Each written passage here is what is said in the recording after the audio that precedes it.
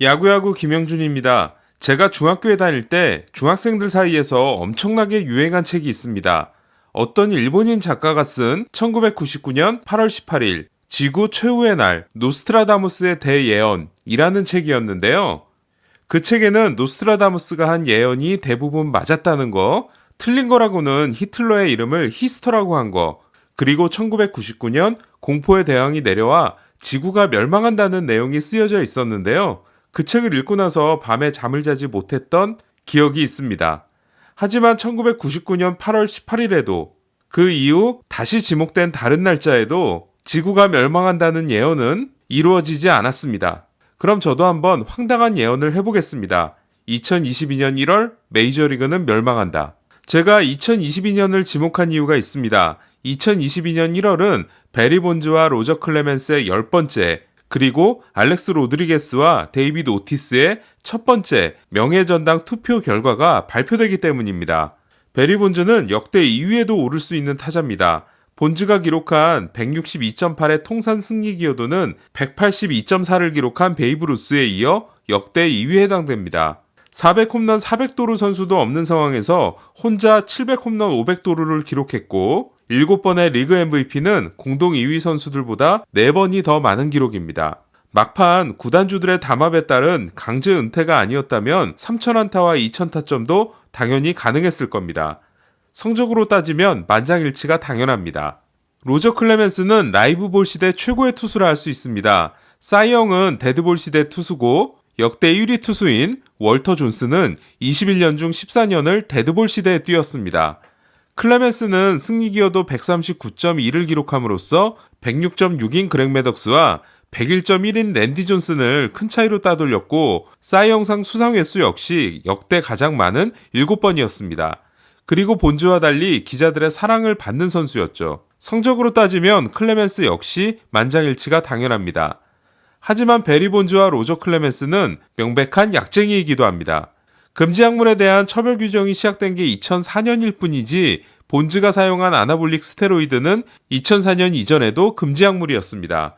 본즈가 재판에서 무죄를 선고받은 건 위증죄에 대한 부분이었습니다. 클레멘스 역시 2007년 12월에 발표된 미첼 리포트를 통해 금지 약물에 손이 댔음이 밝혀졌습니다. 클레멘스 역시 무고를 선고받은 건 위증죄에 대한 부분이었습니다. 그러니까 메이저리그는 MVP 최다 수상자와 사이영 최다 수상자가 모두 약쟁이인 거죠. 문제는 이들에 대한 미국 기자들의 태도인데요.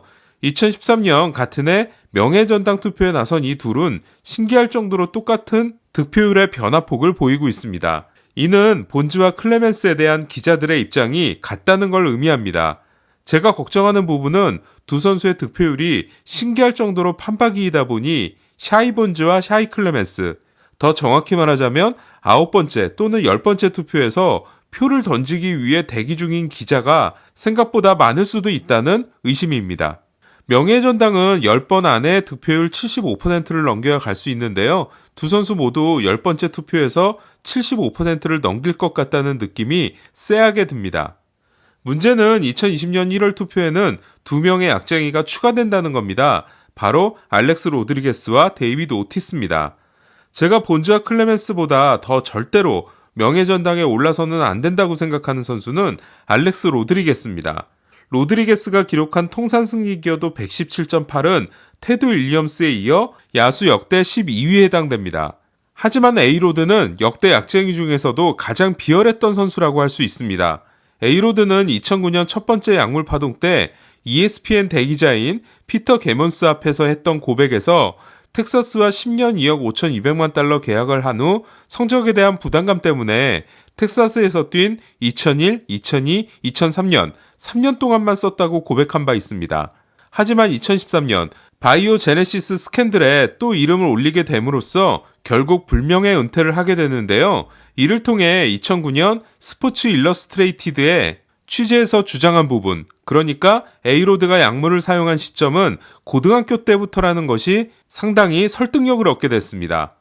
그리고 양키스 때도 약물을 사용했음이 확인됐죠. 그러니까 에이로드는 2009년에도 반성하지 않고 새빨간 거짓말을 했던 겁니다. 지금은 은퇴 후 ESPN 해설자로, 그리고 제니퍼 로페스의 연인으로 나름 잘 나가고 있는 모습을 보면 씁쓸함을 지울 수 없는데요. 에이로드가 명예전당에 들어가게 된다면 그곳을 명예전당이라고 할 수 있을까라는 생각이 듭니다. 그리고 만약 본즈와 클레멘스가 테이프를 끊는다면 에이로드 역시 들어가지 말라는 보장은 없습니다. 많은 분들이 오티스가 왜 다른 선수들만큼 비난을 받지 않냐는 말씀을 하시는데요. 그건 오티스가 다른 약물 선수들에 비해 차지하는 위치가 낮기 때문이고 또한 덜 노출됐기 때문이라고 생각합니다. 오티스는 매니 라미레스, 알렉스 로드리게스와 함께 2003년 비공개 약물 검사에서 양성 반응을 보인 104명 중 한 명인데요. 매니 라미레스가 이후 도핑 테스트에 적발되고 에이로드가 211경기 출장 정지를 받게 된 반면 오티스는 그 보도 이후 더 이상 약물에 거론되지 않았기 때문입니다. 하지만 저는 오티스가 2016년 만 40세 시즌에 아메리칸 리그 2루타, 타점, 장타율, OPS 1위를 차지했으며 또 그 시즌 후 은퇴했다는 사실에서 2009년 폭로 때 자신은 건강 보조제인 줄 알고 먹었으며 그 이후 절대로 손을 대지 않았다는 주장을 믿기가 어렵습니다. 어쨌든 저는 보스턴이 오티스에게 영구 결번을 준 건 3번이나 우승을 이끌어준 선수이기 때문에 그렇다 치지만 명예의 전당은 절대로 안 된다고 생각합니다. 2022년 1월 본즈와 클레멘스는 명예의 전당에 오르게 될까요? 만약 그렇게 된다면 저는 씁쓸한 술 한 잔을 하지 않을 수 없을 것 같습니다. 이상 김영준의 야구야구 영상으로 만나는 인사이드 MLB였습니다.